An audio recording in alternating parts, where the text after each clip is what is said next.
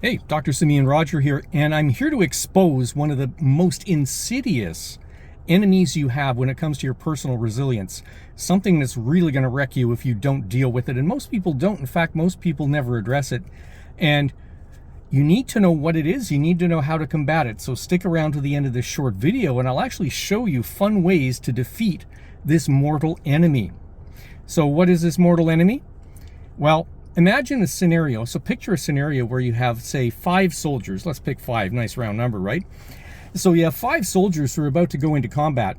And 4 of these guys are really confident. They say, we've got this. We know what to do. We've got a plan. We're going to be fine. And the 5th one is thinking, and not just thinking, but saying out loud to anyone who will listen or won't, oh, this is going to go so badly. We're probably going to get captured or killed. It's going to be a wreck. This is the end. What do you call a person like that? Well, of course, in the military, there's a term for this, right? This person is a defeatist. And what is a defeatist? A person who believes from the outset, not always with proof, that they're doomed. So the problem is, this isn't merely, obviously in the military, this becomes a court-martial offense. Very often in history, at least, it has been. And why is that? Well, because it's realized that this is a mental cancer. You latch onto this, you have no chance of making progress. None. You're done. You're cooked. If you at least believe you're going to win, then you may win. But if you believe you're going to lose, you'll lose. So, long story short, most people buy into this stuff in their own lives and they don't realize it. We have been so programmed into weakness and helplessness. We have been so programmed to be overwhelmed, to think we have not enough time, not enough energy, not enough money, not enough this, not enough that, that we are programmed only to survive and basically cope. That's it. We've been engineered to be weak. And I'm not going to get into exactly how that's been done through the educational system and all that. That's another video, believe me, or 2 or 3. But the fact is, we've been engineered to be weak. So if you find yourself, getting up in the morning, and often this is a good time to take mental note, what is my attitude getting up in the morning? Do I feel like I'm overwhelmed? Do I feel like I'm already behind on a to-do list? Do I feel like I'm never going to catch up? Do I end my day, to go to the other end, feeling I haven't accomplished anything, nothing's been done, I've made not nearly as much headway as I thought I would or should? If you get to that place, then you are in coping mode. Coping is, and here's the thing, you're not meant just to cope in life. You're not. You're meant to thrive. You're meant to thrive, not merely survive. And what I'd like you to do is get into that energy of coping, like recall it mentally for yourself right this minute. Even pause the video if you need to. Try to get into the mental and emotional space of coping. And ask yourself this, how does that energy feel? Is it a pleasant, expansive energy? Or is it a guarded, contracting kind of energy? And obviously it's a very contractive form of energy. But you can only be in 2 modes in life. You can be in expanding, thriving mode, or a coping, contracting, barely surviving mode. Those are the 2 fundamental energies you can have.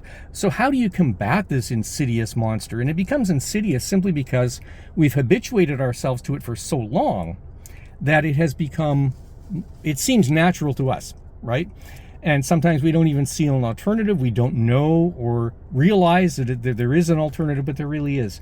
So the first thing, obviously, is to recognize the problem, right? And once you recognize the problem, then, of course, what do you do next? Well, there are a number of ways of combating this. And one of the best ways is to simply choose something that will allow you to expand in one area of your life that day. And this can be really simple. This can be reaching out to somebody by email. This can be reaching out to someone you haven't talked to in ages, or even reaching out to a relative, a child, a friend, whatever. It can be that simple. You want to start expanding, and expanding can be done with small actions that only require moments a day. Really. Then after that, of course, realize you can use affirmations against this stuff. You can construct affirmations about how you have lots of time, you have lots of energy, whatever your particular thing is. You can counteract that mental attitude right away. But the part that comes just before that affirmation, or any use of affirmations, has to be that you contradict the thought. You contradict that inherent attitude that you don't have time, don't have energy, don't have this, don't have that. You have to contradict it. And then you can go on and put in the positive input to your subconscious. You can also pick one task per day, just one, a task you know you can complete, whatever it is, just one, and make sure you do that task. And that's a way of getting around the monster to-do list, which in the end serves only to make you feel bad.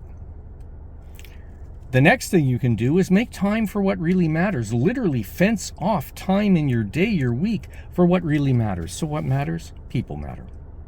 People matter, family matters, friends matter. That's what matters. And your health matters. So fence off time to do you and to be with people. Both of those are really important. And finally, get some exercise. Yeah, get some exercise. In order to feel strong, you have to get stronger. It's just a fact of life. You're not going to feel strong if you're physically weak.